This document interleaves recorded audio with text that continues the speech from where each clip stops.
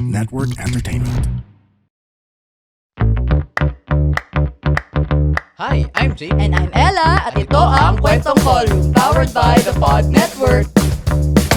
Hello, Beth! Hey. Wait, bakit? Tigilan mo nga ako! Alam ko excited ka for this episode. I am. Because finally we have these guests on our pod for our Dr. Meets series. Oh, diba? no? Yeah. First to in the series. Yeah, and I've been telling JB for a while na we often talk about medical topics kasi nga, yung audience natin, karamihan ay doctors or medical students, di ba? Pero in the hopes of demystifying and humanizing medicine, sabi ko, why not talk to other professions, di ba? Para lumawak naman yung mga alam natin. Agree, no? Para at least hindi naman puro tayo-tayo lang. Yes, kasi we tend to be in a bubble, di ba? Oo. Kaya ngayon, Itong first in the series ay very special. Yes, Kasi I'm a fan of both of them. you're a big fan of their work. So our guests today are both hosts of their own podcast called The Insiders, if you're familiar, and they are also hosts of The Spokes on the Billionaire News Channel naman, no? And we will call them one by one. Yes. Okay, so first, previous spokesperson of VP Leni Robredo, former Congressman Attorney Barry Gutierrez. Palakpakan natin. Oh, kunwari, ayan, hello. Palakpakan natin, dalawa lang tayo. Oo, Palakpakan yan, talaga. oo. And our second guest is Attorney Edwin Lasherda, spokesperson of President Noynoy Aquino. Yay! Hello! Ayan. Magandang morning, afternoon, evening. Yes. Kailan nyo ito pinapakinggan? Yes, and from Lapit lang wherever. po kayo. Ayan. For the mic. Okay, Ayan. okay. Thank you for coming here on our pod. Ayan. Yeah, it's our pleasure. And Yeah. it's good to finally meet you in person Yes. after several conversations Oo on nga. Instagram. Yes. Minessage mo lang si Attorney Barry, di Oo, ba? kapal ng mukha ang puhunan dito. Pero, Tapos sumagot. Sabi ko, uy, sumagot! sumagot pa live on YouTube. O, diba? By the way, ang ganda ng set nyo, ah. Ay, thank you po. Mas malamig to sa... Talaga po ba? Gusto ko rin yung set Parang nyo. relax ng set nyo eh. Oo, tapos may painting. That's an art gallery. Kasi Oh, it was art. Kaya naman pala. Okay. Meron kaming special segment on the pod na hindi namin nasabi. Pero just a surprise. So, we call it Rapid Rounds. So, so it's like fast talk po. Yeah. Okay. Pero rounds dahil mga doktor kami. Ang gagawin natin ay alternate. Okay. Okay. So, I'll start with you and then Sir Edwin after. Okay? Game? So yan, you say one word and I say... Hindi, ano siya, series of questions. Oh, okay, questions. You will just answer with whatever comes to mind first. No explaining. Yes. Oh my God. Baka kinabahan sila. Ala! Spokes na to Baka mas mahirap Spokes na to Oo nga eh. Sige, go. Okay. Lapit ka lang, Attorney. Sige, go. Attorney Barry, government life or private life? Private. Namimiss mo bang magtrabaho sa gobyerno? Hindi. Online or face-to-face conversation? Face to face. Kakanta o sasayaw? Kakanta. True love or thriving career? True love. Mahal mo o mahal ka? Mahal ko. Oo. Spokesperson or podcaster? Podcast. Totoo yun. Executive, legislative, judiciary. Executive ako talaga. In another life, ang trabaho ko ay blank. Journalist. Oh. Sunrise or sunset? Sunset. Pinakaayaw mong law subject? Tax. Pinakagusto Oo, napakinggan ko kung bakit eh. pinakagusto mong law subject? Tax. It's a man! I love it! Most impressive senator for you, past or present? Frank Drilon. Favorite politician you've worked with? Frank Drilon. Isa tayo ulit! Galing. Okay. Favorite podcast mo ngayon? The Insiders. Walang kabayas-bayas. Oo, walang kabaya. Favorite yung naging guest so far? Risa Ontiveros. I love that episode. Sana mag-guest din natin siya. Totoo, shout out po. Okay. Rate the impeachment proceedings from 1 to 10, 10 being the highest. 6. Describe the current impeachment proceedings in one word. Technical. Okay, for both of you, you may answer with 2 words each. Describe your podcast in 2 words. Relaxed. Educational. Your 2 words. Funny. Informative. Talagang funny. It's for me self-serving na konti doon. Uy, sandali. Siyempre, May tanong ako. Sige. Anong tawag mo sa doktor na? Na 24 hours ang duty niya? Ano? Hindi nyo alam? Oncologist. Akala mo di kami ready kami. May tanong din po ako. Ay, sige. Oh. Ready siya. So, di ba nagkakalagnat mga tao? Paano tanggalin ang lagnat? Paracetamol. Ano? Baliktarin mo. Bakit? Tanggal. May iba. Oh, sige, may iba. Ready kami. Oo, pero meron pa kaming ibang jokes niyan. Pero pag-usapan muna natin. But I love So, your nailabas mo na agad. Parang nakahanap ka ng katapat pa. Marami pa ako. Sige, so let's start off by talking about what you do. I mean, how did you become political commentators? I mean, how do you become one even? I suppose, ako personally, hindi ko alam kay EL. Nanggaling ako sa mundong yun Diba? Obviously, I was a member of Congress. I serve in the executive. So, when shows, and I mean both sa traditional media and increasingly ngayon, mga podcasters, look for a resource person to talk about politics, try to explain recent developments. Madaling go-to Dahil, di ba, galing ka na sa mundong yon. Ang assumption, meron kang alam na baka yung isang tao na not as immersed would be aware of. So, you go to one, and then dahil napanood ka nila doon sa isang yan, you get invited to another, and before you know it, you're the go-to commentator ng a network of shows. So, wala siyang certification. Kasi kung may certification, si Ronald Llamas, medyo mahirapan. Kayo po sa KL. No, I wrote blogs before. Hindi pa uso ang vlogging. I wrote a blog called San Juan Gossip Mills Outlet. And then a good friend of mine, si Manolo Quezon, we were the early political bloggers sometime in the early 2000s yun And then I wrote something critical of Carmina Constantino. Oh. So Carmina and Manolo Quezon were in ANC. So pinakita ni Manolo Quezon kay Carmina yung sinulat ko. Sabi niya, habang nitong So she invited me to her show. Ay. Sabihin mo dito sa akin I sa was a harap ko. constitutional law professor then, way back in FEU. So, but yun, apparently, I wasn't as holic as the way I wrote. So, Carmina liked and kept on inviting me. Eventually, from there, tumalon sa ibang TV station, impeachment ni Erap. I was an analyst for Channel 7 and all that. And so, after that, 2009, they asked me to be a spokesperson for Senator Noy. So for the presidential campaign, naging presidential campaign spokesperson ako, nanalo siya. I became his presidential spokesperson. Yun. So from there, after that, siyempre, 6 years in government, I was a main spokesperson of government. Pagkatapos nun, kinukuha na lang ako mga ini-invite ako here and there. So that's how I became a commentator. So they found it difficult how to describe me, but eventually, sabi ko lang, political analyst na lang. But ako nag-discover dyan, by the way. Wow. Paano na-discover ang isang attorney So, Barry? 2016, the presidential campaign, naghahanap kami ng spokesperson For Mar. Rojas. Sabi ko, si Barry na lang kunin natin. Maraming nag-apply. Si Barry, hindi nag-apply. Sinabi ko, let's get Barry kasi ang laki ng boses niya. Sa abogado, magaling.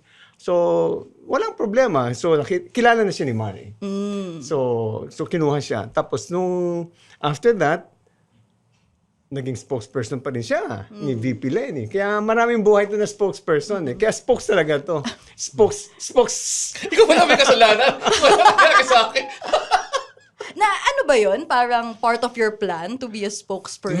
No. What were you doing nung na-discover ka ni Seth? I was in Congress. Okay. Nirecommend ako ni EL and ako yung kinuhang spokesperson for the Marlene campaign. Marlene At campaign. that time. Very remarkable. Pero Siguro. si Mar naman ang nag-suggest kay Barry, tulungan mo si Lenny nung nag-VP na siya. Pero originally, when I joined yung team ni then VP-elect Lenny Robredo, I wasn't the spokesperson. I was head of her policy team. Kasi magkasama kami sa House. So yung aming interactions sa House, siyempre, on legislation, di ba? We were allies and co-authors on so many bills. Progressive bloc ba sa Congress. But then, nung nag-file na ng reklamo si Bongbong Marcos sa kanya, yung protest, they felt that she needed a more, aggressive defender. So ako yung kinausap niya to be bugbog yan spokesperson. panahon ni Duterte. So, since then, yun na yung naging trabaho ko sa OVP, and that carried on throughout the presidential campaign in 2022. Ang hirap din kasi ng role ng spokes, no? Kasi Yeah. ikaw talaga yung haharap, tapos pag may binato sa'yo, parang kailangan masagot mo na parang ikaw yung nire-represent mo kasi kung sino man, di ba? Oo. So parang same wavelength kayo dapat. Tsaka ano kayo very front-facing kung tawagin. Yes. As in, actually, when I was telling my mom na mag-guest kayo, naalala niya po kayo from Noise siyempre. Kami. Oo. Kasi parang lagi nga daw kayo nasa TV Pero dati. kami, naalala kami ng mga Gen Z, yung mga not as a spokesperson. Kaming dalawa ni deputy ko that time, si Abby Valte. Naalala kami na taga-announce sa Twitter na walang pasok. So, Oh my God, kasama pala yun. kami, they remember us as, ito yung mga sila na Sher at Valte. Nag-a-announce na walang pasok. Hinihintay yun Sa sa Twitter. Ako rin, naalala ko po yung mga tweets nyo sa Twitter. No? Ay, yung mga banat yun, hindi yung mga updates sa Oo. As in, galing. lapdog ba yun? Lapdog.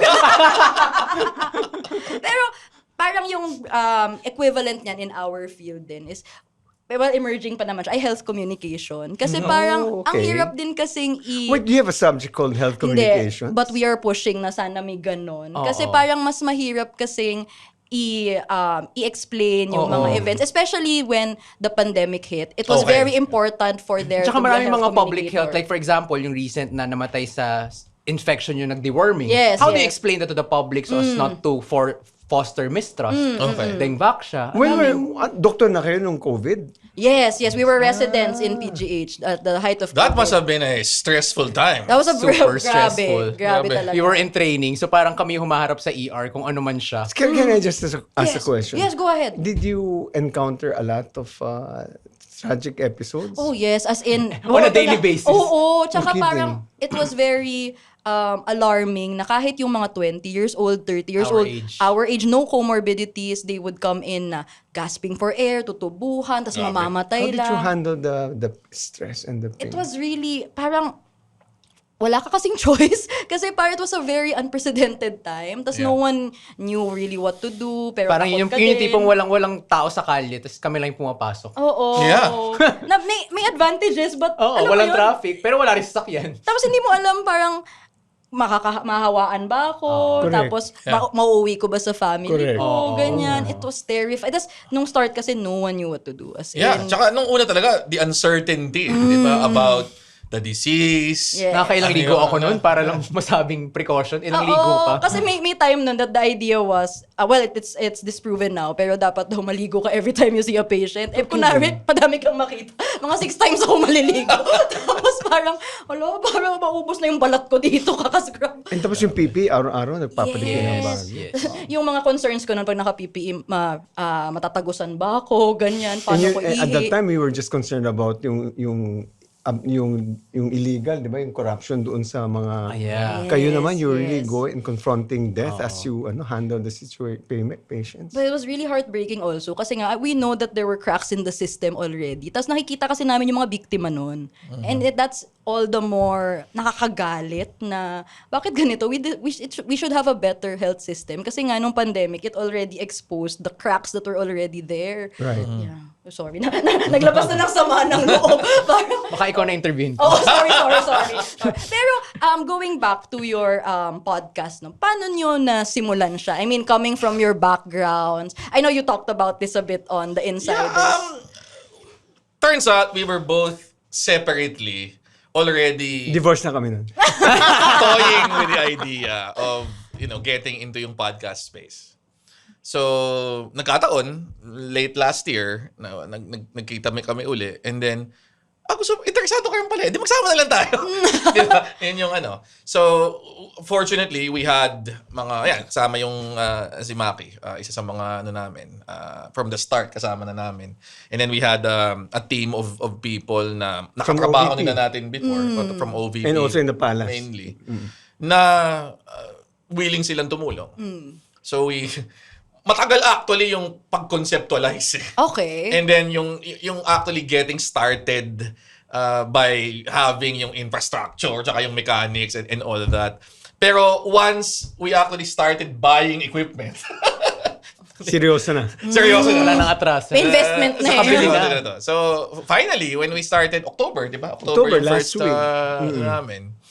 Very well received naman yung first episode. Kasi what we wanted to do, ang main inspiration namin talaga is Pod Save America. Yung Obama, yes. Diba? And one of the things na para sa akin was distinct about Pod Save America and what we wanted to capture here is ayaw na namin magpanggap na parang wala kaming biases dito. Diba? Or impartial kami. Ang idea talaga is, hindi kami journalists. Diba? This is who we are. Most of you know who we stood with, diba? Who we represented, what we stand for. And ito yung perspective that we'll be bringing, diba? Dun sa ano. So, we'll be fair. We'll be as much as possible. We'll try to be as fair as we can. Pero, hindi namin itatago yung aming mga affiliation. So, yun yung aming thinking moving forward. And we're happy that so far, it's actually slowly grown into a very active, engaged community. Daming viewers every episode. Yeah, Galing. actually, which is a tremendous thing to be grateful for. And actually, it's kind of surprising, di ba? Yung pag-expand talaga ng viewership in a relatively short period of time. I think there's really a hunger for Yun yan. Yeah. It shows. honest discussion. Because we're so inundated with fake news. Yes. Kasi one of the reasons that we decided to do this is, siyempre, dilawan kami, pinklawan kami, but also making sure that we also have the experience of doing work for good governance. So, under Pinoy, under Lenny. So, medyo aware kami how to go about it. And it really, we wanted to inform and to educate. Kasi we need to bring up the level of awareness. Yeah. So, that's one of the things that coming 2028. Diba parang sayang naman kung hindi natin ma-share ang ating experience with the people. Tsaka So that's one of the with reasons. our differing algorithms, parang iba-iba na yung versions na nakukuha na ibang tao eh. Yeah. Kaya, and what I appreciate about podcast aside from media, ay may conversation eh. May batuhan ng ideas, iba-iba yung usapan, and maaaring yung mga hindi pwedeng sabihin ng mga politiko, masabi nyo, ganyan. So, parang, I want to ask that also. What was it like na coming from a spokesperson perspective tas podcaster perspective? Is it more liberating? Ganyan? Mas Kaya marami... podcaster yung Yeah, ako, yun ang reason. Kasi talagang you can be yourself in your podcast. You're speaking for yourself. You're speaking as yourself. One of the things kasi sabing isang spokesperson is you can never lose sight of the fact na meron ka nire-represent. So kung mag-wild ka doon, hindi pwedeng sabihin the views and opinions do not necessarily reflect. Ikaw pwede. eh. Meron yan. Meron. Si Claire kasi. May disclaimer si you sa Claire. Kasi may vlog siya.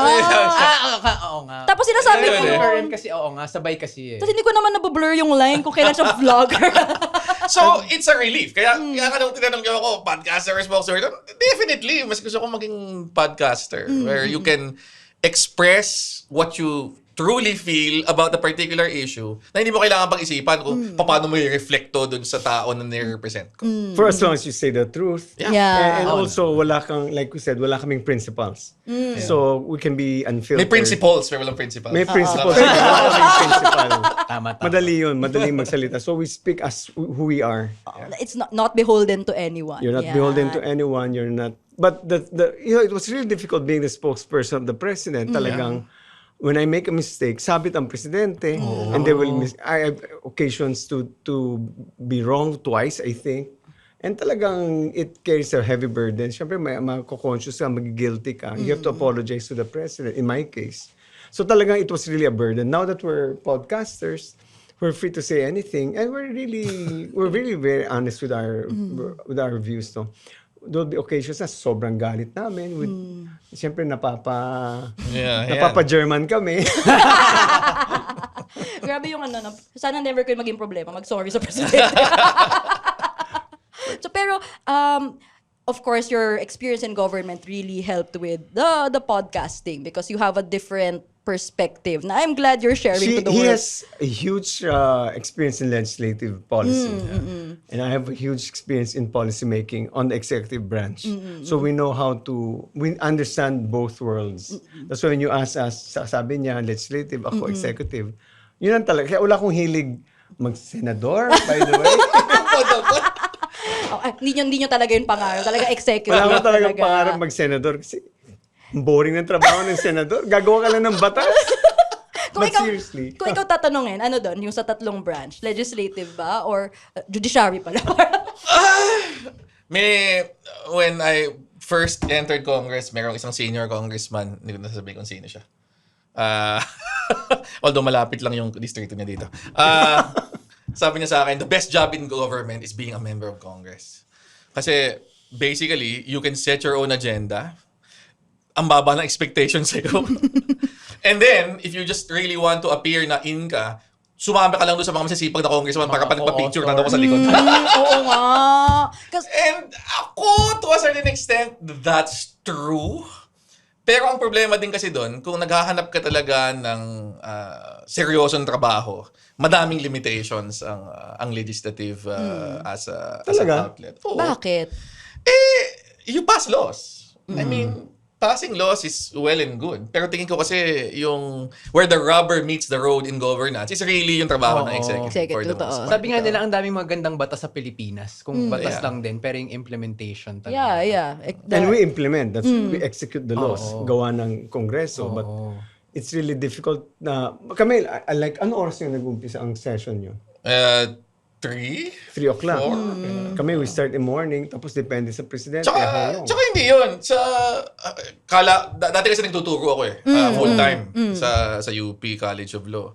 And I thought that teaching was such a great gig. Kasi you had summer vacation and Christmas vacation. And then I went to Congress and grabe, mas madami pang bakasyon. Ang daming recess. And of course, the justification is kasi yung mga district reps have to go home To their districts to consult, etc. But the fact of the matter is, ang daming vacant days na you don't have to be present in the house. Now, whether yung off days na yun are you use for work, which a lot of did, or pumetics ka lang, nasa sayo na yun. Okay diba? pala dun. So, di ba? Great gig. Maraming doktor sa di ba? Sino mga doktor sa Congress? Si Janet Garin. Janet Garin. Oo. Para ayoko na pala. Ano pangalan? Si Flavier. Yes. Oo naman. Yun talaga. Si Dr.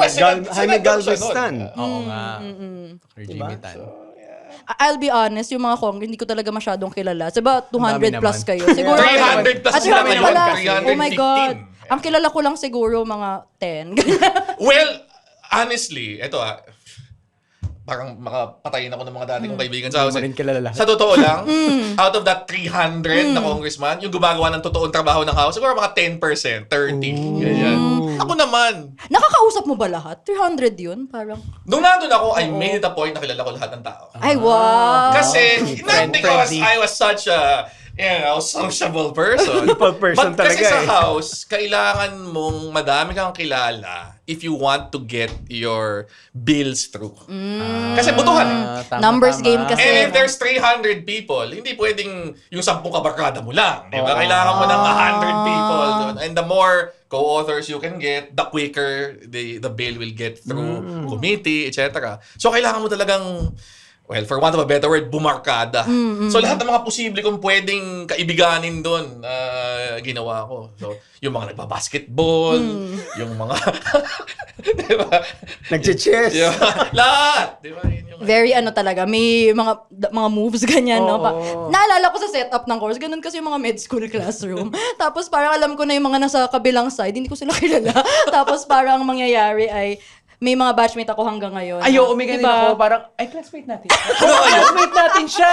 Graduate na tayo. Ako, at closest analog ko to the House of Representatives, it's like being in high school. Yeah, So may mga cliques and you have to... my May God. boys at the back ba? May boys at the box. May bully kayo? So you have to go with the jocks, you have to go with the social crowd, you have to... Ganun lang. May mean girls. Love it. Pero, sige, now that you're not in Congress, not in the executive branch, how does it feel like looking at the government, outside looking in? It depends on the kind of government that you have. Okay. So for instance, under the Duterte government, it was really very depressing. Because coming from a government that that respected human rights, you saw a lot of violations of human rights, even deaths, unnecessary deaths, cruel deaths. And so and then you see a lot of corruption going on. And so you feel very, very frustrated the fact that you've experienced a kind of government that really tries to serve the people, and then turns around and they're killing the people who are the most helpless. Diba? So it really jars you. And for me, we really very outspoken. But for the case of Barry, he was a practicing lawyer. He would defend people whose families of those people killed. So Early it's on, really yeah. very depressing. Ako, again, I suppose to a certain extent, nag-agree ako kay EL. It's a combination of frustration and relief. Relief pag nakita mong may ibang bigat na problema and you thank God na salamat na hindi ako yung kailangan kaso niyan. And that's usually true pag may mga mabibigat na mga disasters, for instance, bagyo, etc. And you're thankful na, well, di ba, at least hindi ko na kailangan, hindi ko na trabaho na Hindi ko na kailangan maaga magising. Diba? Pag may Yun yun. bagyo, alas 2. Which is really one of the challenges sa gobyerno na I think a lot of people don't fully appreciate how difficult that can be. But on the other hand, may kasamang frustration. Lalo na pag nakikita mong, bakit nila ginawa yan? Yeah. O bakit ako mapalpak, di ba? And then you can't help but compare it to sa naging experience mo, di ba? And problema kasi kami ni EL, we both served under the Aquino administration. Medyo na-spoil kami. Kasi yun yung administrasyon na I would like to think took a lot of things seriously. Diba? Yung trabaho seriously, etc. So, pag nakikita mo na nung Duterte administration, na bakit ganito? Bakit parang ganyan na lang yung nangyayari? You can't help but feel frustrated. So, halo na I'm glad that I'm out of that and we're not the ones that have to deal with this. On the other hand, naku naman kung ganyan na lang, kami na lang sana. Di ba? Ano ba yun? So, yun Oo yung nga, oo nga. Nung kasagsagan ng EJK, I was really frustrated na parang, para saan pa ginagawa ko? Pumapatay lang din naman. I mean, we're trained to protect life, tapos may mga taong ginagawa. And you have people in government who are physicians who are justifying EJK. Yes, it so boggles the mind. One of the most vociferous red tagger is a doctor. Yeah, yun nga. Oo Ay, nga nako. pala. Hindi pa rin siya tapos. Kala ko ba suspended na siya? But hindi pa siya But tumitigil. it's really terrible. And I've also, from Twitter, some doctors justifying EJK. Yeah, Parang yun yung very fundamental of medicine. It's Totoo, life. yeah. Parang hindi ko ako paano mo ito-twist yung logic para hindi ko din alam. ipagtanggol. As in, wala na siyang sense. Pero, hindi ko kasi alam kung ngayon lang ba kami naging mas mulat sa gobyerno. Kasi nga, we're adults now. Pero kasi nung bata ako, hindi ko naman naalalang ganito kalala. I mean, the government feels so bad right now. Is it just recency bias? Or would you say na, from your experience, it really is that bad now? 2010, before 2010, we had 12 years of corruption also. The time of ERAP and the time of Cory. It was, GMA. It was full of corruption. No different from, for instance, kay Duterte and under this administration. The thing that was really jarring for us was what happened in the Duterte administration was parang nag-iba yung moral framework ng tao. They just learned how to rationalize everything. That was a huge sea change in the way we view morality. Nag-iba talaga doon. And so now, it's normalized ngayon ang violence, di ba? Yeah, ako, parang, I think that corruption has always been there to a greater or lesser extent. Incompetence has always been there to a greater or lesser extent. Even yung EJ case, may mga EJ case nung panahon ni Gloria Macapagal-Arroyo. Ang nagbago is yung the brazenness by which ginagawa to mga bagay na to. Dati kasi, kahit paano, pag nahuli ka, mahihiya ka eh. At kahit paano, pag nahuli ka, magagalit ng tao. Walang attempt na parang, ay, okay lang yan, lahat naman corrupt eh. Walang ganon. May galit, meron talagang ano. So, don't get caught. Yun yung point. Pero recently, parang it's become so normalized na parang yung mga malalang bagay na dati, dahilan na yan para mag-resign ka na sa kahihiyan. O talagang bakbakan ka na ng mga tao dahil sobra na naman yung ginagawa mo. Parang ngayon, in a way, natutolerate eh. Yun yung ano eh. So, yun yung, I think, bago. At para sa akin, very alarming yun. Kasi the moment na tatanggapin na natin yung mga ganyang kalakaran, pagnanakaw on a large scale, pagpatayan, incompetence na sobrang glaring, na parang normal, ano na yun eh. Yun na yung simula ng kawalan natin ng pag-asa na magkakaroon pa tayo ng maayos na gobyerno. Kumbaga, the bar is so low now. Yeah. Parang, I mean, dati kasi, yung mga loloko, parang they will do it in a statesman-like manner. Parang patago, Saka ganyan. patago. Oo. Hindi nila, alam nilang mali ginagawa nila, kaya nila itatago. Ngayon kasi, lolokohin na lang tayo. Parang wala nang attempt to be Kasi siguro, decent. parang ang ganda nung nangyari doon sa flood control na sabay-sabay na galit yung mga tao na parang nagkaroon ng acknowledgement na hindi normal ng ang corruption at ganun ka. Paano na harap-harapan na no? That goes also to the brazenness na sinasabi Oo, niya. When, during our time, ano ba yung Kinapolis? PDAF. Yung PDAF, the amount that was touted na malaki na at that time was 10 billion pesos. It's already huge. But now, it's a drop in the bucket in the case of Billions, the flood billion control. Yeah. So it's a kind of talagang naging brazen na at saka talagang iba na rin ang ugali ng and that's why people don't respect politicians. People would always say, lahat yan pare-pareho na lang. But how do you change government if the person would say, lahat naman kayo pare-pareho. There's no hope anymore for this country. That's why you need to make a stand and say, no, we cannot allow this to happen over and over again. Something has to give, something has to stop. That's why part of the reasons why we do our podcast is also to call out. And sometimes we call out even our own allies. Yeah. Because we shouldn't distinguish dahil kaalyado kung mali ang ginawa nila, wag natin punahin. Hindi pwedeng ganon. Because that's really how you conscientize people. That's part of we enjoy our podcast, but along the way, we really have to also conscientize the people that listens to us. Yung maganda kong nakukuha from your podcast is it keeps people angry, but it also keeps people hopeful. I'd like to believe in that hope is something that should be regenerated every so often. Kasi madali talaga ma-disillusion in this.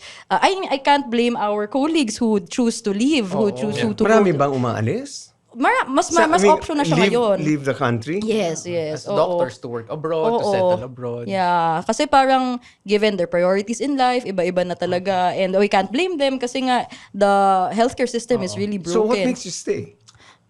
Well, I guess this stubborn hope na may pag-asa pa. And gaya nung sabi niyo po, kung hindi tayo aasa, di wala na talaga. Parang when you let go of that last point of hope, the country is really going to the pits then. Ako naman parang I went abroad to do a master's and I tried na parang possible ba na dito ako mag-work sa US, pero parang I didn't see myself serving a non-Filipino patient.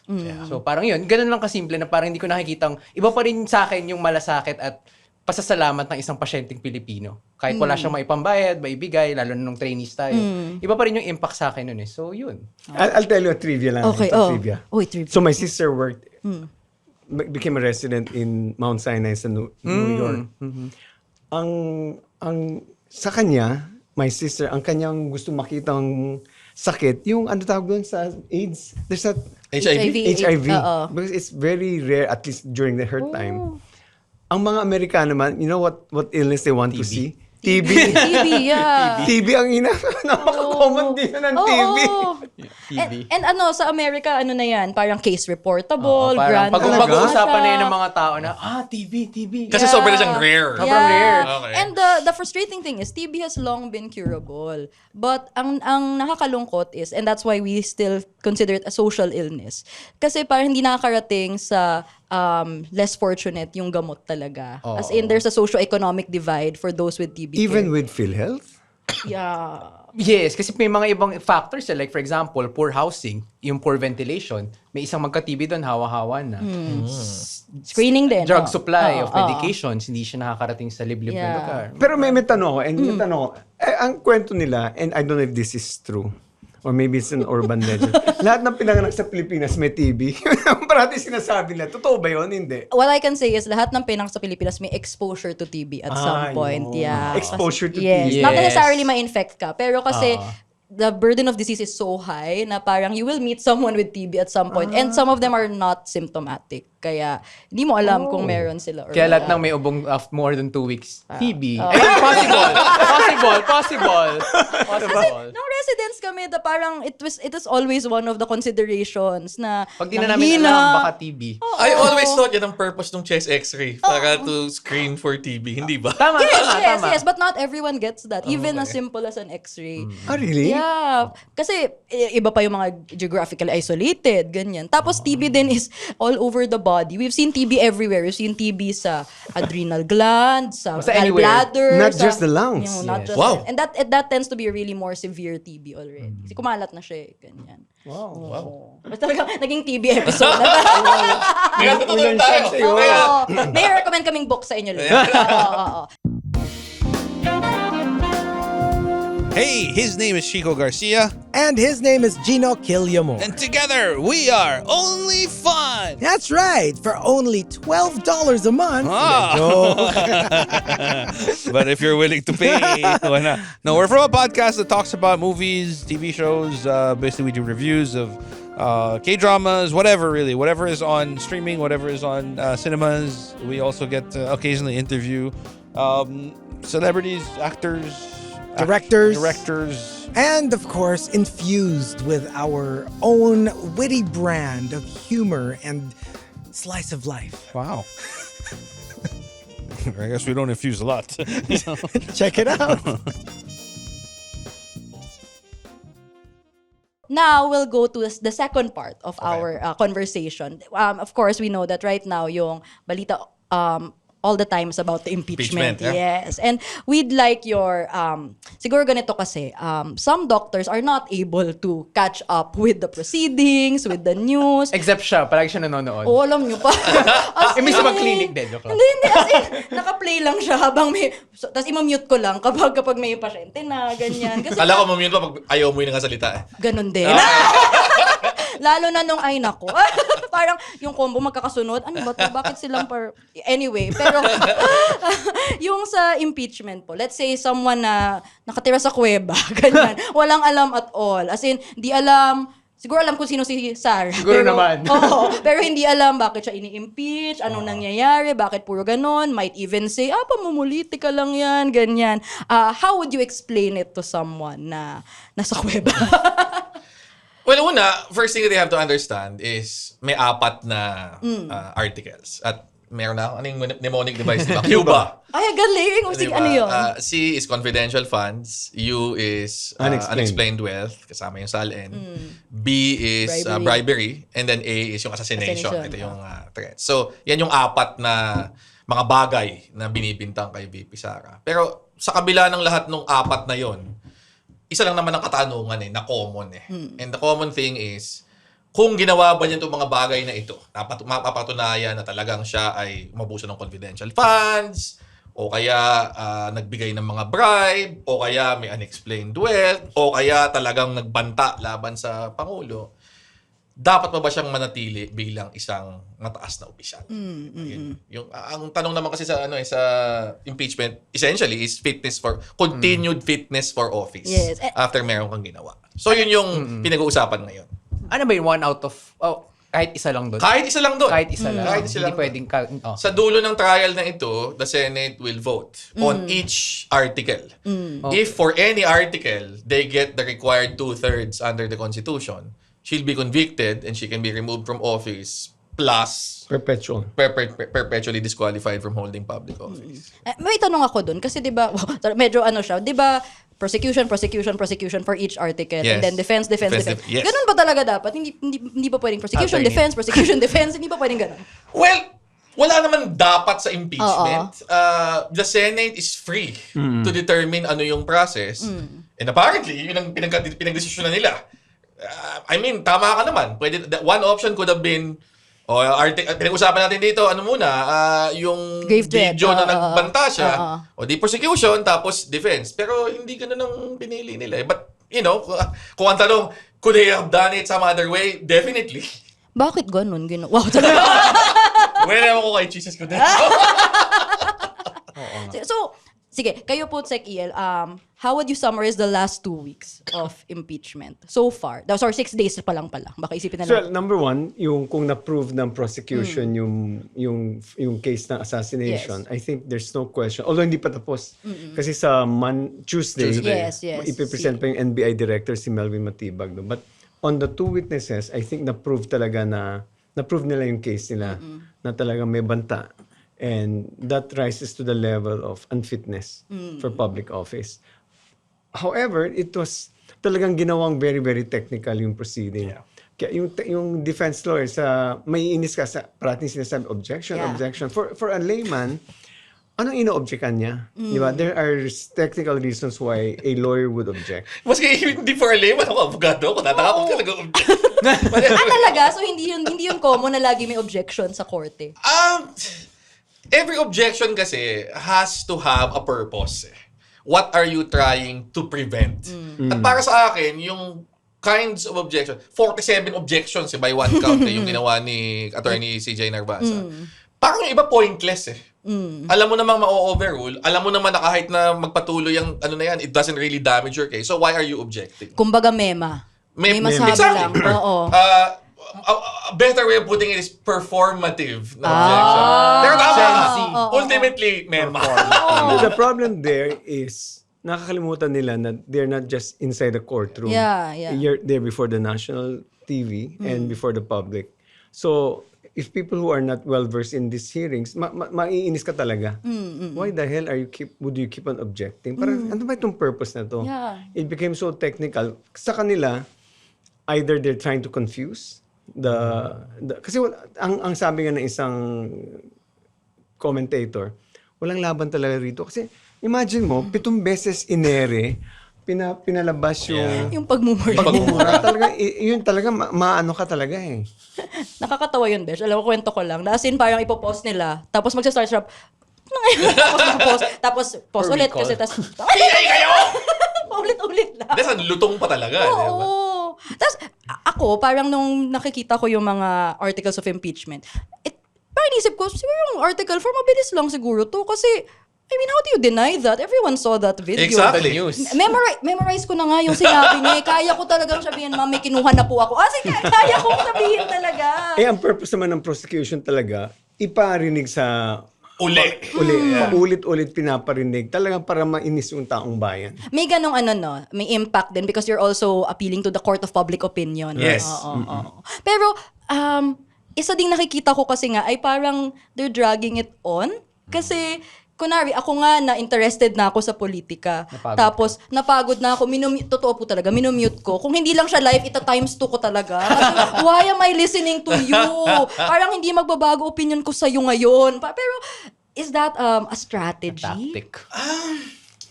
I don't think deliberate siya na strategy in that sense. I think na yung defense lang talaga has the attitude na anything they can do to cast doubt on yung presentation ng prosecution is a positive for them. So, ang nagiging net result, mabagal talaga. Even if minsan, and ito, I attribute na dun sa fact na hindi klaro kung ano actually yung gusto nilang, ano yung strategy nilang gustong gawin legally. It seemingly goes nowhere. Yung madami silang mga lines of questioning that they start and then they go nowhere. So, ang nagiging net effect, yun nga, na bumabagal and some people might lose interest. But I don't think it's a deliberate tack on their part. Talagang, ganun lang. Ngayon, ibang usapan doon sa mga senador. Kasi yung mga ibang senador, feeling ko, talagang nanggugulo na lang eh. Yun yung kanilang I think may deliberate effort talaga doon to delay certain key decision points. Halimbawa, Monday, doon pala sila magbobotohan on the subpoenas. They could have already done that noong Wednesday. I know, yeah. Diba? Pero may isang, huwag natin bagitan ng pangalan, tumayo at nagsabi na, kailangan kong basahin pa yung 60 pages Bago basahin Naku naman. Diba? Meron nga isang lawyer ng isang senador sabi, ang binabasa namin, more than 30 pages. Baliwala yan. But, they really try to delay. Yeah. Ito, hindi ba talaga sila pwedeng the senators I know they're supposed to be the impartial senator judges, pero hindi ba dapat i-rein in na rin yung ibang very disruptive na. Is there a way to do that? I mean, kasi In the same way that another judge cannot correct the fellow judge, you have to respect that they're both peers. So as much as he's so Equals, despicable, I love that you word. have to respect that space. I mean, you can ask, the judge may admonish, but even the presiding officer is a co-equal. Yeah. Unfortunately, ang idea of accountability ng senators in this context is, well, kung palpak sila, then they're accountable to the voters. Yun eh. Pero within the impeachment court itself, there's very little that any of the other senators can do. Pag pinapanood ko nga, parang lagi ko iniisip, bakit kasi sila senador? I mean, parang, ang lagi ko iniisip pag napapanood ko, kaya dapat bumoto tayong maayos. Tingnan mo, dapat lagi palang iniisip, in the case of an impeachment, isipin nyo kaya ba nilang mag-senator judge? Kasi, Meron nga akong newfound respect para kay Lito Lapid eh. I know. Kasi at least si Lito Lapid has the good sense not to delay the proceedings unnecessarily. Dito lang ako. Upo lang ako dito. Pero, yeah, it's very frustrating and I'm worried lang din po. Kaya that's why we also want to talk about these things on the pod is baka mapagod yung tao sa kakanood. Yeah, and sa schedule ng Senate, they expect na aabot hanggang February to. Yung kay Yeah. Corona po ba dati? Was it 5 months nga ba? Tama ba? Or 5 months, 5 but months. they had more than, mas maraming articles kaysa dito eh. 7 at parang 7 ganun. or 8, I don't remember na. But what I do remember, at some point, they decided to say, I think we've convinced the senator judges. So we're no longer presenting evidence. That's also on, possible. yeah. Because on the first ground of assassination alone, they've already proven their case.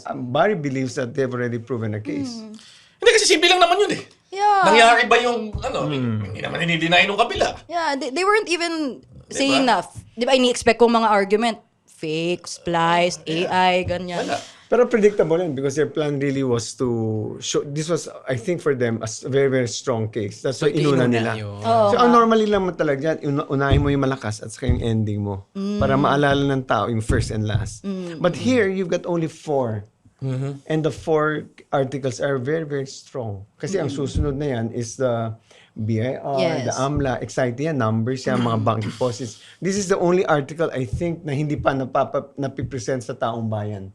Yung BIR. Yung lahat ng detalyeng yun. Yung SALN, yung tax, income tax return. Di ba? Yung AMLA, yung bank deposit. So, this is fairly new. And that's why this is going to be a heavy debate between the senators. But I think they've already, they will come to a decision on Monday. Kasi nag-oral argument na si Jokno at saka si Attorney Poa. So, fairly, the one party says, this is an accountability mechanism in the part of the prosecution. We should have everything should be transparent. Kasi you cannot say, na itong sa AMLA, ay private lang yan. Pero ang SALN mo, kasama ang properties ng wife mo. So you have to reconcile all the laws governing transparency and accountability. And you will come to a conclusion that these laws allow full transparency because this is holding you to account. Eh yung iba, ang defense, hindi pwede. They're very focused on the letter of the law. Literally, pag walang sinabi doon na kasama ang asawa, hindi dapat ibuksan ang account ng asawa. Ganun kasi sila ka-literal. Which is why there's a debate there. Pero yung dalawa, inipit na ni Chel Jokno. Si Cheese at saka si Cayetano. Yeah, I like what he did. Na Diba? Sinabi niya yun. Na, Kinahon na nila eh. Kasi you already, for the last impeachment, you were for full transparency. Yeah, and same din yun, di ba? Money din yung kay Corona nun. Yes. Yung Because- SALN din niya and the bank balances din yun. Yeah. So, very interesting tong second. What's your fearless forecast for Monday? I love it. They will grant the Well, subpoena. after several hours of grandstanding and debate, yes, they will probably vote, and I think that there will be enough votes to grant the subpoenas. From a very, very numerical basis, they're the majority. Yes. If they vote as one, they have more and this is just simple majority, huh? This is not 2/3. Okay. Yeah. So you have they are now 21. So 13-8. 30 lang, pwede na yan. O kayang-kaya naman. Oo. Going with the numbers nga, no.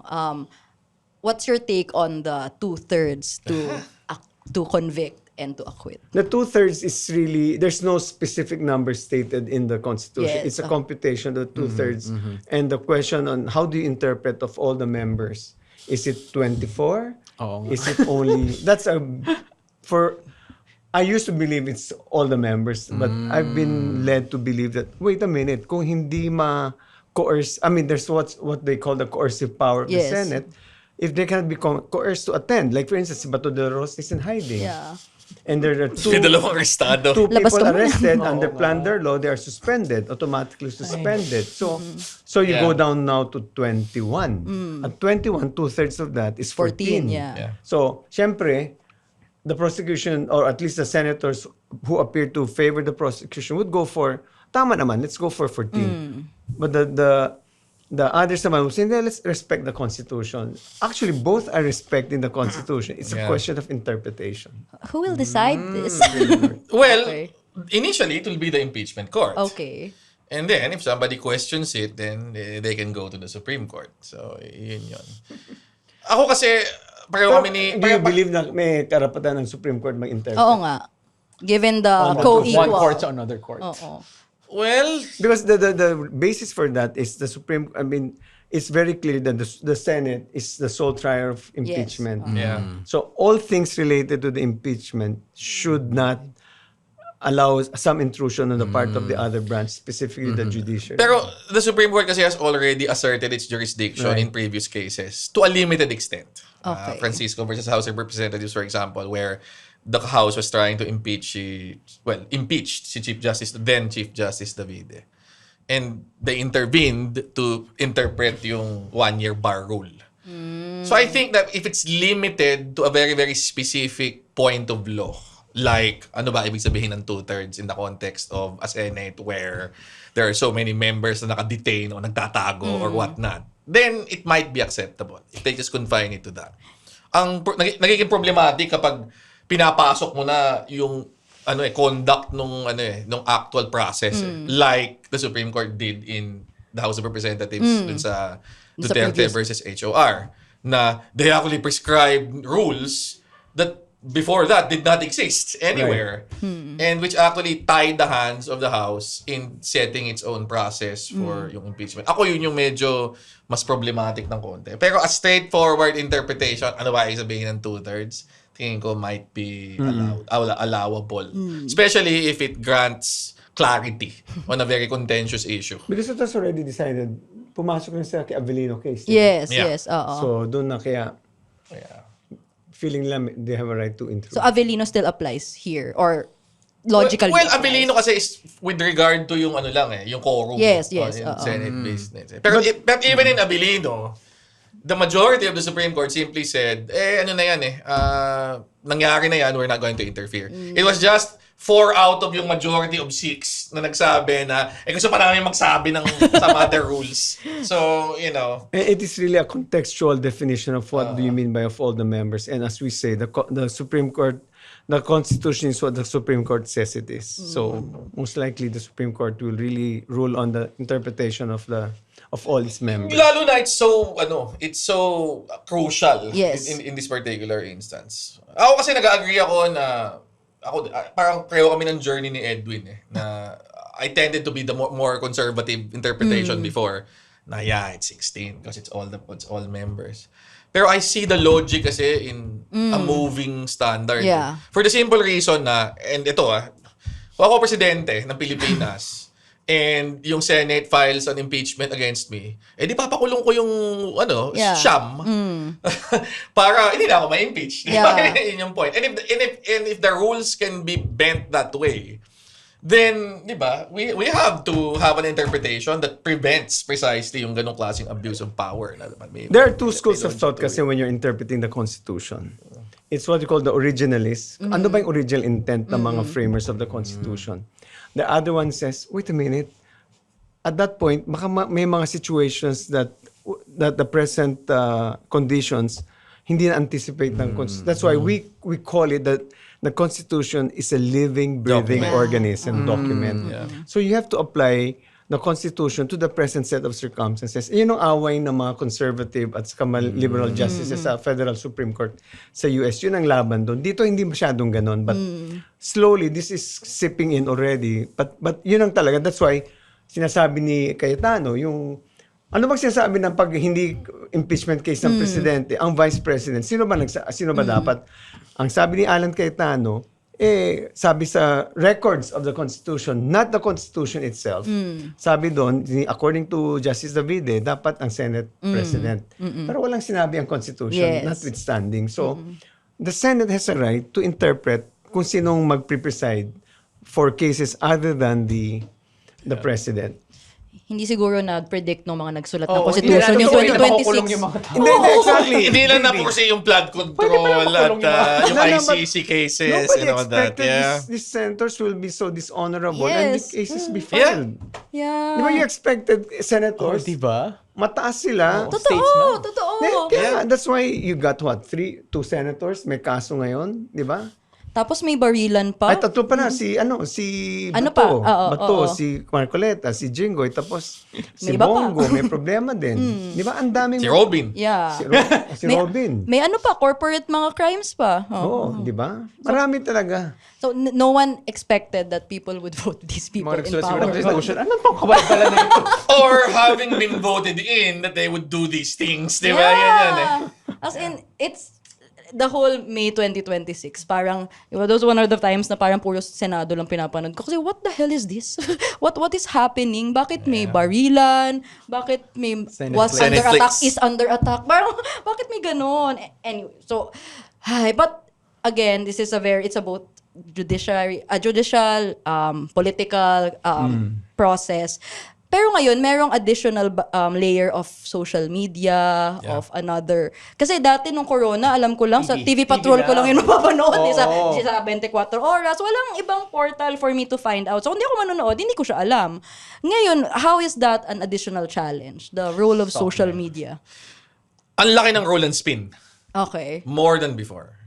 Kasi dati, kaya sasabi mo, people would watch the whole thing. They leave their TVs on. It's playing. Baka yung ginagawa mo. It's playing in the background. But they watch the whole thing. More or less. Diba? With varying degrees of attention. Ngayon kasi I expect madaming tao don't look at it while it's actually airing.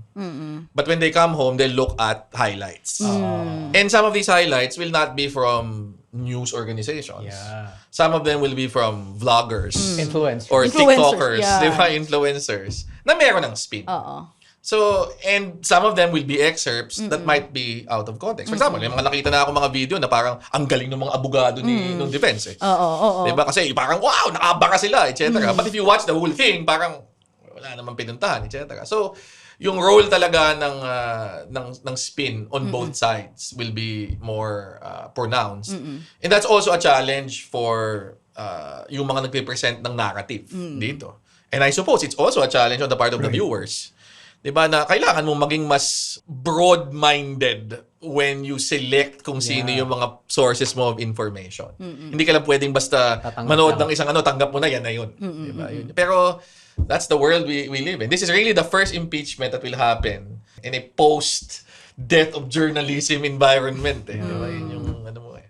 So, kunwari for, let's say, our viewers, doctors also, who, yun nga, wala namang time mag 5 hours, 8-9 hours to watch the impeachment. What sources should they watch? Alam ko, may magandang podcast si Edwin de Sherda. Joking aside. Well, I think the respectable, legitimate news organizations have their own coverage. They do excerpts. And by and large, despite the reduced trust in traditional media, ang malaki pa rin ang difference between traditional media, legacy media, and an influencer. For the simple fact na ang isang journalist, for all yung pwede sabihin about talaga namang may bias kayo, etc., etc., are still held to a clear standard of truth-telling. So, yes, may bias, hindi naman mawawala yun. Pero it's more subdued. Okay. It's more, there are more mechanisms for accountability as compared sa isang tao na nagbablog. Where the only standard of accountability is konsensya ng tao ngayon. Diba? Yun yung in 2010, when I was the presidential spokesperson, there's a Malacanang press corps. Okay. And so there were vloggers pa lang, no? And they wanted to be part of the Malacanang press corps. So ako naman, I wasn't part of that world then, media. I was very open to the idea because I was also a blogger. I was also open to the idea of bloggers joining the Malacanang press corps. And so there was the president of Malacanang Press Corps, her name was Mia Gonzalez, spoke to me, sabi niya, you can't allow them to join because we have accountability mechanisms. I have somebody above me, an editor, and overall, there's an editor-in-chief. These people, they come in, they write their own, they're not reporting on the news, they're just giving their opinions. So, if you allow them, we won't be able to know, the people won't be able to know just because they carry the brand that they're Malacanang Press Corps. They can just infect people with not news but opinions. That's not for us to do. And so because of that, I said, okay, we will not allow. But unfortunately, the White House now, and also I think, ngayon yata, or during the time of Duterte, they allowed bloggers to be part of the press corps. And ako personally, wala akong problema kung opinion lang eh. And it's packaged as opinion. The problem comes when they actually distort Yes. yung facts and present yung distorted facts as the true state of affairs. Yun yung problema. An opinion expressed openly and not packaged as anything other than an opinion. Tingin ko there should always be room for that. Pero ang problema mo, hindi na ganun hindi na ganun ang nagiging direksyon nung influencer space. Because pumasok na rin talaga yung the whole idea ng, well-connected networks that push a narrative and that rely on a network of influencers to push an alternative version of the truth. Parang the fact that we have a word called alternative facts is so strange. Yeah. Di ba? Why? May more than one truth. Multiverse pala. Plus also the social media platform has their own algorithms. Yes, so yes. you're forced to listen to, they push you to listen to what you want to hear. Yes. So that Nagkikater sa preconceived biases mo Yes. na. bias. So that's why it's very difficult now to move away from that. There are efforts to try to still give both sides, but so far it has been not very successful. That's why we're now forced to go into our own echo chambers. So we are drawn farther and farther apart. That's why the idea of the spokes, when we set up the spokes, is really to bring in all the spokespersons of each and every administration. You're there not to be objective. Like for instance, ako, binabanatan ako mga DS, dilawan ka. Teka muna, talagang dilawan ako. Hindi ko naman tinatago. So parang they still write, ay bias, as though we are we're not journalists in the first place. In fact, the idea of the spokesperson was, ito, Duterte spokesperson, ito, Pinoy, Lenny spokesperson. Klarong-klaro. From that, dapat alam mo na kung ano ang leanings ko. And yet people are they think, the funny thing is, and I say this with all transparency, the DDS people think that they're so honest and they will say, bias kayo. So when there's the host na DDS, galing-galing niya, yan ang totoo. Yung parang, how stupid can you be? Oh my God, I'm glad that we all share the same world. Kasi parang iba yung mundo ng ibang tao. But it's really, that's really just, that's why we can't have a civil discussion anymore. Because we're so biased na. Well, sabi nga ni Obama, di ba? That's the problem with when you lose yung common baseline of fact. Wala nang starting point for an honest to goodness discussion. Kasi even on the basic facts on which we base our opinions and our positions, hindi tayo nakakasundo. Ibang-iba na tayo ng reality kasi, Yun yun, no? Oo. exactly. Sa amin, fake news in the medical world is not new, no? With How does anti-vaxxers. fake news? Anti-vaxxers. Anti-vaxxers, yung mga... Yung sa COVID, di ba? Yeah, yung mga, COVID. Madami siya. And also... Or even parang AI-generated images of esteemed consultants promoting something. Yeah. Oh, parang gagamitin yung Supplements. or name of a hospital to say that, we promote this brand, ganyan-ganyan. And we had to launch a campaign also against How fake often news. do you do that? Yung alin po? Yung How often do you call out? Well, it's so hard kasi madali lang kasi nilang i-delete kung Pero i-call out sila. recently, mas Oo. proactive na yung hospitals in calling them out. I can only imagine ang hirap maging doktor ngayon. Not just doon sa fake news. Pero yung fact that everybody can just, ask Search. AI, Or Google. ano ba ang sakit ko? Hindi makikipag-debate pa sa'yo. Wala pa AI. Iba pa nun ng Google. Everybody Googles it. yes. Mga Google doctors. Sasabihin ng doktor, huwag mo lang i-Google yan. Meron kami episode on that. Meron. Pero how I approach it is, I appreciate na despite the availability of that, pupunta pa rin sila sa doktor. Kasi kasi dati galit talaga ako sa mga magsa-search muna, mag-AI, pero I realize when I meat them with hostility, they will all the more close off and retreat to their own echo chamber. But can I just ask you another question? Sige. Kayo ba, you don't Google? We do. We do. As in, You're hindi, perfect. what we Hindi namin learn, alam lahat. hindi posibleng malaman lahat. And actually, mas kinakabahan ako sa doktor who claims to know everything and will not admit to not knowing something. Mas nakakaba yun. But doctors have like some apps that Yes, are curated information. Yes, Evidence-based, not just Oo. Google na kung ano yung unang lumabas. Oo. Hindi naman. Meron ng mga apps na Yeah. parang all information that are up to date yung pangalan. Up-to-date yung Oo. pangalan. For the benefit Yes. us na ano mga AI apps na mga Ako, yan na. reliable. Dadayan ko siya sa sarili niya. Ah. Kaya sunod For non-medical people. Non-medical people. Well, usually po, yung, depende kasi, medyo subspecialty, Sige. kasi, pero a lot of the societies, the medical societies, have their own social media Yeah, pages social now. media So they pages of post their societies. own content. So minsan, Posters. pag yung pasyente sasabihin sa akin na, Dok, nakita ko to sa Facebook, ito na lang i-follow mo, be. Or Parang, sometimes oo. we have trusted content creators Yes, na doctors. on Yes. health. Yeah. We recommend them. Kami kasi gusto namin yung ganitong conversation, but there are colleagues of ours who really cater to the health information. So Okay. so parang dati narinig ko may pinapakinggan yung kasambahay namin na parang mali yun. So parang ay ito na lang po follow nyo ganyan. So parang Okay. May isang doktor sa Philippine Star nagtumakbong senador, si Ong ba yung pangalan? Willie Ong. si Willie Willie Ong. Ong, oo. Reliable ba? Tumakbong vice president. Yeah, ay oo nga pala, I mean, may ganun siyang ang era. dami niyang mga nilalako na hindi ko alam kung totoo. Siya kasi yung parang OG influencer actually. Oo, What's oo, OG? siya. Original. Original. Oo, Parang oo. hindi pa uso influencer. Ako personally, not so much for me. Not there are more that we can recommend po. Oo. Okay. Yeah. Pero ayun, we're in a very challenging world right now Yeah. for both. Kasi it involves life and death on your part. Yes, and yun nga, parang bakit magkakaiba na tayo ng alam? Parang ito yung alam namin. And also, dahil nga may distrust of institutions ngayon, there are also distrust of medicine. There's a Oo. distrust of expertise. Yes. Is there an Yes. increase in malpractice suits sa inyo? Wala naman. So far, hindi pa hindi naman. I naman, think oo. Filipino patients are hindi pa ganong level like in the US. When you Hindi make a pa namin mistake, nakalitig sa society. wala pa tayo doon. Pero we see a lot of doctor shaming Yes, online. mas marami yung ganyan. Doctor shaming Doctor online. shaming that they post something about the doctor, about what happened, and then let the public Oo. babatoy. Again, court of public Ipapako- opinion. Court of public Grabe. opinion. Is that reliable yun? Pag ganyan, hindi ba? Dapat, pwede.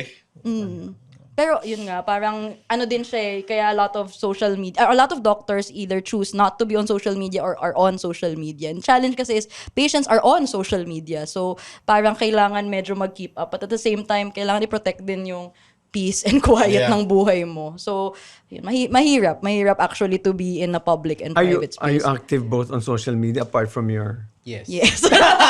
Yes. And oh Chronically my God, isa-share ko lang po sa inyo na go. troll storm po ako recently. Bakit? Oo.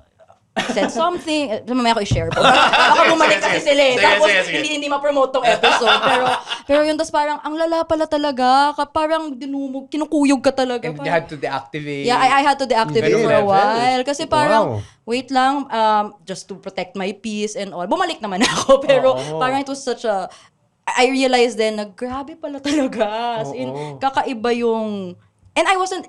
I-share ko po mamaya yung sinabi ko. Pero it wasn't even that bad. That's in. Compared to my other posts. Pero... Thank you so much for being so Thank you so candid. much. Well, thank you Oo. for having us. Diba? Pero bilang patapos na medyo light na, may jokes pa po ako. Alam ba kami baon din? Oh, Wala pwede ba? magjo-joke ka din ko ano. So ito po, no. Pag binaligtad mo daw yung umaga, hindi ka na late. Bakit? Aga mo! Aga mo! Umaga! Nakahanap ka ng katapat. Ito pa po. Anong musical instrument ang laging G? G na G. G na G? Ano? Guitar? Gitara. Tara. Benta ka. Oh, meron pa. Ang hirap ng buhay ngayon, 'di ba? Okay. Oo. So sobrang exhausted tayo, ganyan. Pero sabi daw nila kasi ang buhay parang gulong. Kaya siguro tayo laging tired. You found your people. Ayun, tapos last ko na dapat yung lagnat. Pero yun, okay. Meron pa po ba kayo? Ian, sige. Meron ka. May bago ka ba? Nahiya siya. Tawang-tawa ako dun sa favorite jokes ko ni Sec EL. Sige. Yung Indigo, favorite ko yun. Oo. Tapos tawang-tawa ako dun sa last week kasi hindi pa Pasko pero meron ng Christmas jokes. Parang, ay, napaaga. Yung alam mo na yun. Christmas yung in July. Rudolph, ito ba yung Rudolph? Oo, yung all of the other reindeers. Ayan, so para marinig nyo po ang iba pang jokes ni Sec EL, pwede kayo manood ng The Insiders. Please promote the podcast. Hindi kasi kami diba, Pandora's Box. Ang last piece na sa Pandora's Box is not hope, but jokes. Yes. Okay, despite yung hearing na yun, sana manood kayo ng The Insiders. Live kami Wednesdays, 8 p.m. So, make it your Wednesday night habit. Yeah. Maraming salamat for guesting us. Yeah, salamat. Thank you po. We really enjoyed the conversation. Oh my God. It's parang cross, we learn from your travails also, your victories. Very interesting. Pero gusto ko makinig doon sa episode nyo talking about Google Doctors. Ay. Google Docs. We'll send you a playlist. Yeah.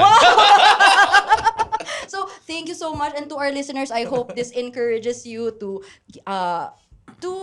listen to the news, to go to reputable sources, to listen to their podcast. And if you like this episode, please follow Kwentong Callroom Podcast on Spotify, YouTube, and Apple Podcasts. We drop new episodes every Monday, 5 p.m.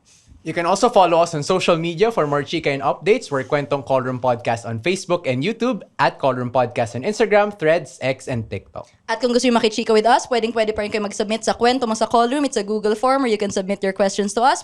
Kung mapili yung kwento mo, pwede namin yan sagutin in one of our future episodes here on Kwentong Callroom Podcast. To submit, find the link on our social media pages. And if you want to reach us via email, you can reach us at kwentongcallroom@gmail.com. That's kwentongcallroom@gmail.com. So please join us po for the outro. With that, I'm Ella. And I'm JB. Barry. I'm Edwin. And this has been Kwentong Callroom.